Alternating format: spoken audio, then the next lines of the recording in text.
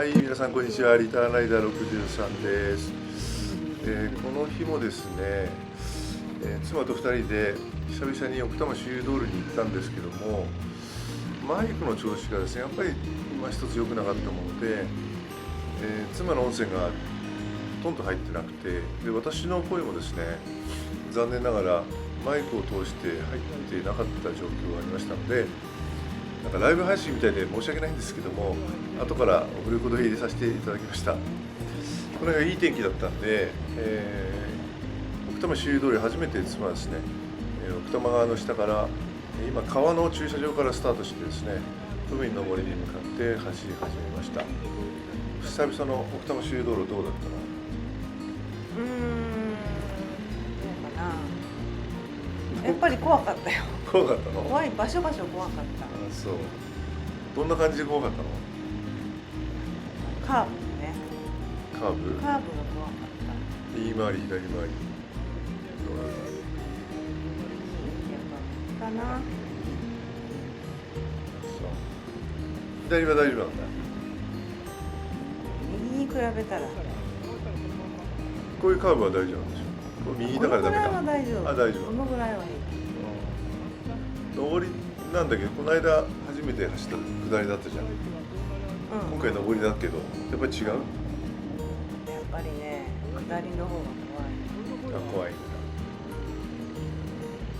やっぱカーブだとどんな怖さなのかね。先が見えるカーブはいいんだけど、先が全然見えない時にすごく怖さを感じる。倒れそうになるの？倒れそうとかじゃないの。未知な世界。未知な世界ね。未知などんな世界なんだろうね。新しい世界に行っちゃうような感じだ。違う。この先にもっとカーブが続いているのか、それともこの先は直線になってるのかも全くわからないような時がなんか怖いんじゃない？速度的にはこのぐらいで、この間ぐらいのこんな感じでちょうどいいぐらいなのかな。大丈夫。でも途中でだいぶ登ってきたなって感じがした。そうだね。でも慣れてきたからさ、一人でも走れんじゃないのこのぐらい。一人は無理だよ。無理だ。怖いよ。なんで？一人で行く気にはならないかな。そう。もうでもだいぶ慣れたって感じするでしょ。慣れた感じがするんだけど、一人で行ってアクシデント起こったらちょっと怖いよね。カーブ曲がるときはどんなことを意識してるの？意識してない？やっぱりね、顔を、その先を見ることを意識してると、回れる。結構必死でもないでしょうね。必死でもない。多少まあ余裕は最初の頃に比べればね。そうか。でもスピードやっぱり落とすもんね。カーブ。それは落とすし、ギアチェンジもするよ。ギア下げる。こういうところは何速ぐらいで走ったの？2速ぐらい？曲がるときはだいたい3速。3速ね。で、その後直線に入る前に、4速に上げるが定番だな。で、きついカーブの時は2速まで下げる。ほら俺はほら S1000 あるからさ、この R1250RS に書いたじゃん。で初めて奥多摩周行ったんだけど、後ろで結構音聞こえたこれ。国際の音。S1000R の時よりは聞こえないけど、時々すごい低音の音聞こえるよ。どんな感じの音？なんかね、レジェンドみたいな。レジェンドって感じの、なんていうの、主のような音だよ。こんな感じ。ボーンとか。低音ね、落ち着いてる音。どういう感じ？どういう感じって難しいんだ。本当だ。そういう感じじゃない。S1000R は本当にやんちゃな音出してるね。おとなしい低音の安定した音っていうか。後ろから見た走り方はどうなの？変わらない？走り方は S1000 も R1250 も。多少ね、やっぱり前傾姿勢が前の時は前傾が強かった感じがするけど、今は上半身が起きてるよね。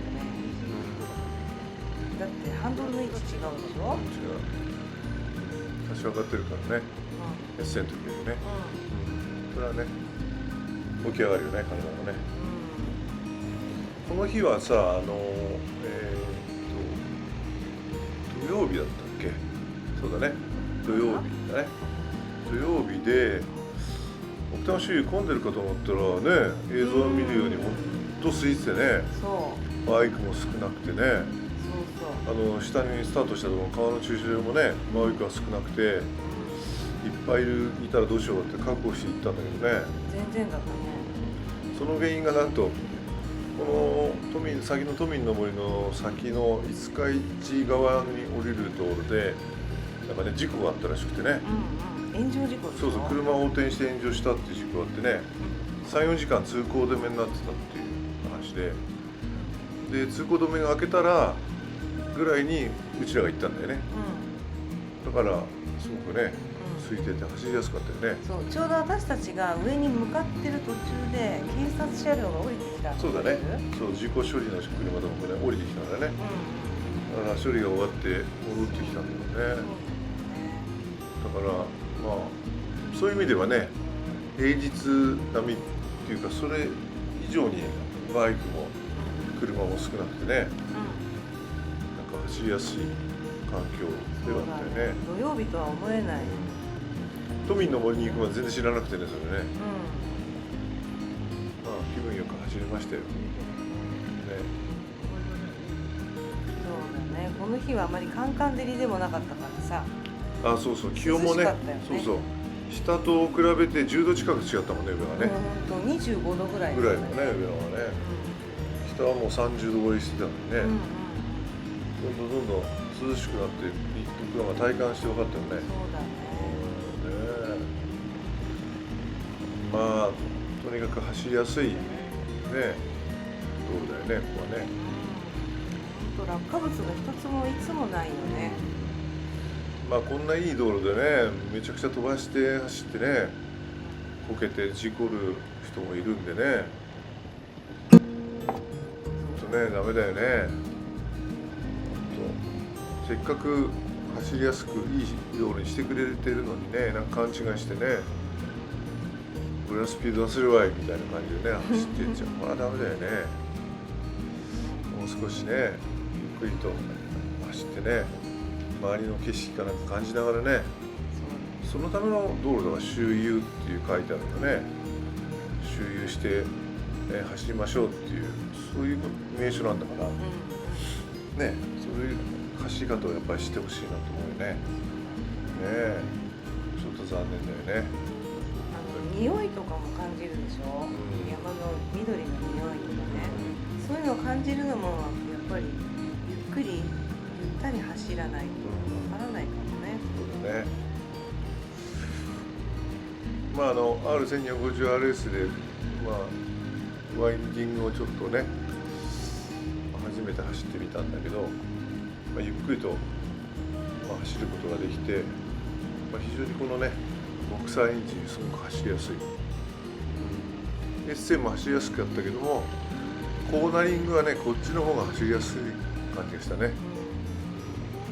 私ね、今更なんだけど、この道のさ左側にこう矢印が入ってる札があるでしょ、あれがあるコーナーとないコーナーがあって、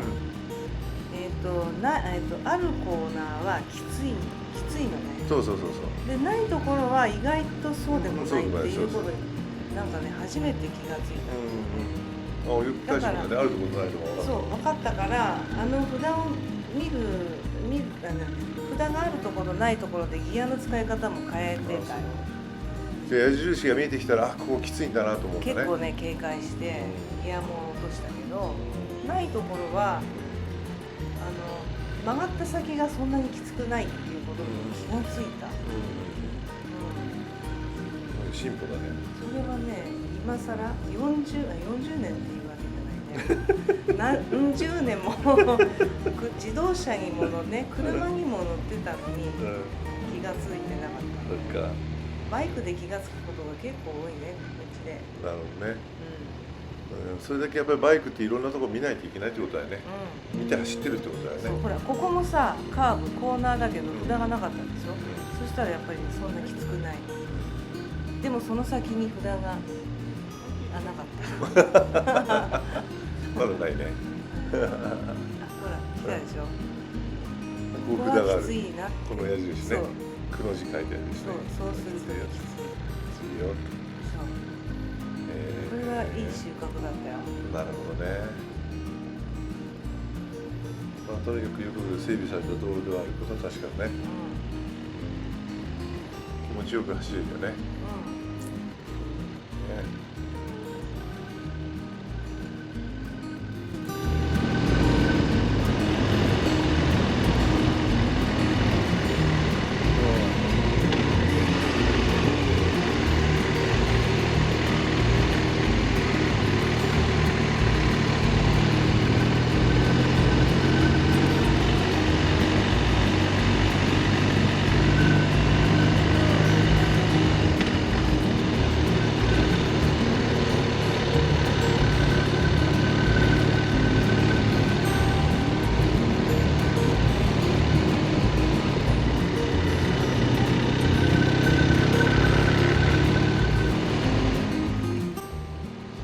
実は音声が取れなかった理由をですね、一生懸命探したんですね。だからあることに気がついたんです。それは妻の音声を取るためにセットしたいわゆるそのインカムのスピーカーのところにつけたマイクの線がですね、もう絶縁していました。切れていたっていうことに気がついたんですね。ですので、おそらくそれが理由で、妻の声がうまく、音声として取れなかったんだろうなっていうふうに思いましたので、新しい線を、注文して付け替えをすれば多分次回は大丈夫なのかなという感じがしてます。こういったものはいろいろね、いろんなことがあるんで、なかなか難しいね、機械物はね。そう、使ってみないと分かんないしね。フルレースの時はこんなことなかったんだけどね。あれがね、音声もね、うまく取れてね。インカムが最初ちょっとね、そうだね。繋がりづらかったけど、やり方を覚えれば、今簡単にね、インカムも繋がるしね。最初の頃はなかなか繋がらなくてね、変な汗かいちゃったんで、出発するまでに2、30分かかっちゃってね。本当に大変だもん。これから都民の森にね向かっていきますけど、都民の森って行ったことあるんだっけ？昔行ったことあるよ。昔ね、子供の時？いや、20代の頃かな。車で行ったんだっけ？車で行ったよ。その頃とね、変わってるのとかね、あんまり変わってないと思うんだよね。変わってないと思うよ。ハイキングコースって山登る入り口でもあるからね。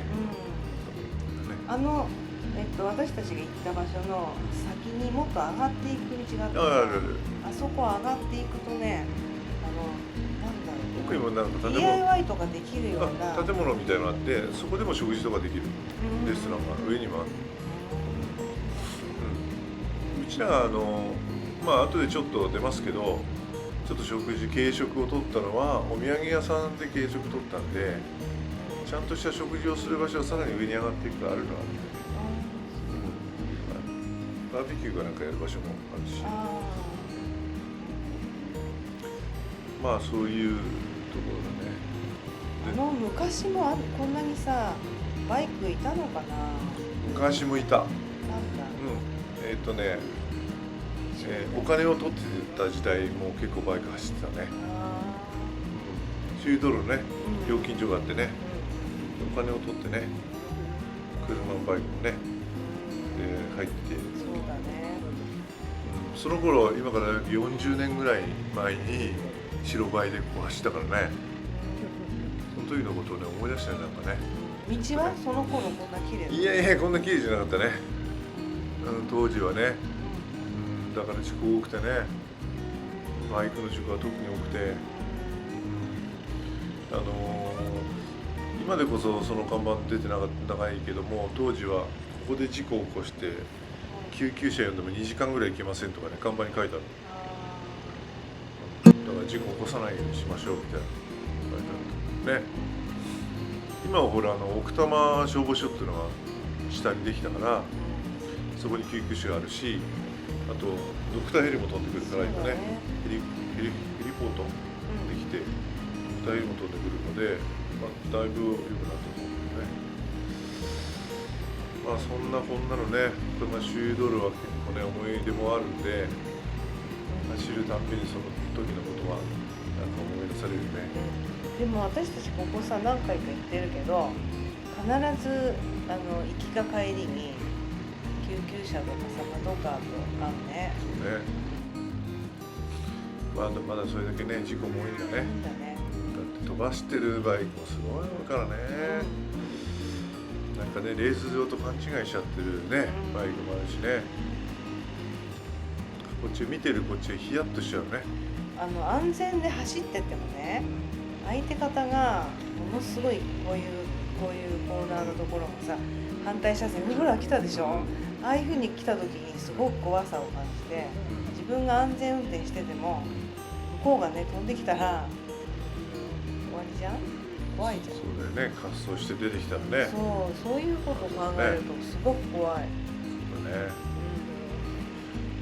ですので皆さんこういう道路はねゆっくりと走って楽しみましょうね。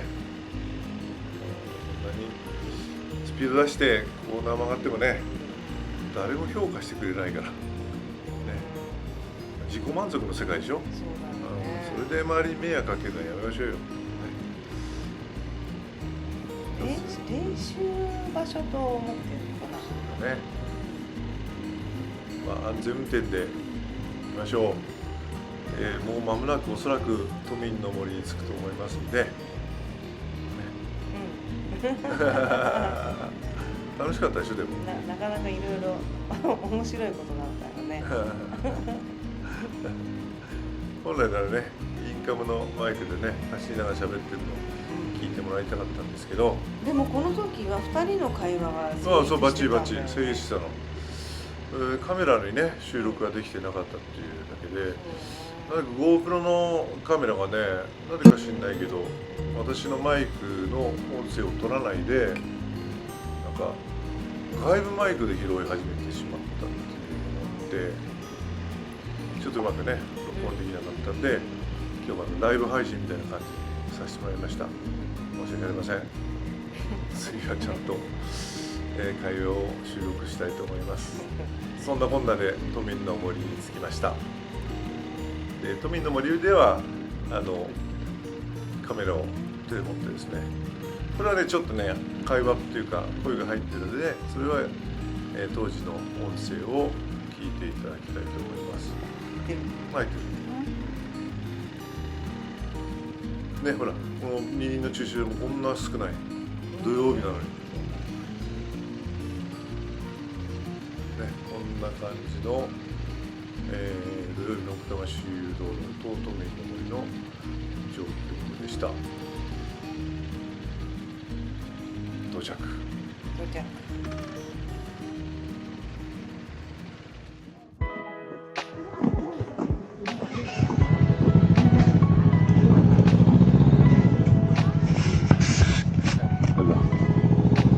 都民の森。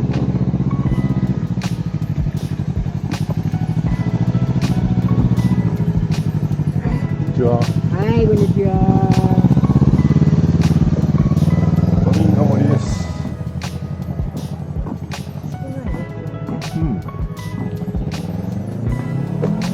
そこでも食うか。食べれそう？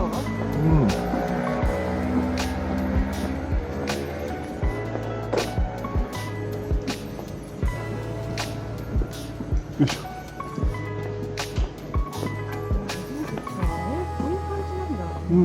ここをずっと上がっていくと、なんてハイキングコースとか山登りのコースになっていくんだよね。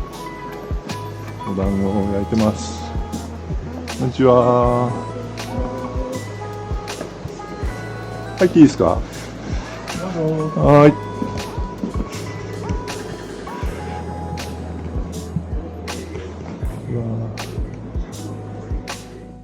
ざるそばを2人で食べました。美味しかったね。美味しかった。で、これはソフトクリームね。美味しかった。美味しかった。それで、これから都民の森を出て、帰宅というかね、五日市側の方に、通行止めが解除されたということなので降りて、家の方に向かったと思って出て行きました。今日本当に音声がうまくいかなくて本当すいませんでした。次回はなんとかうまくいくようにしたいと思います。本日もご視聴ありがとうございました。リターンライダー63でした。それでは皆さんご安全に。ご安全に。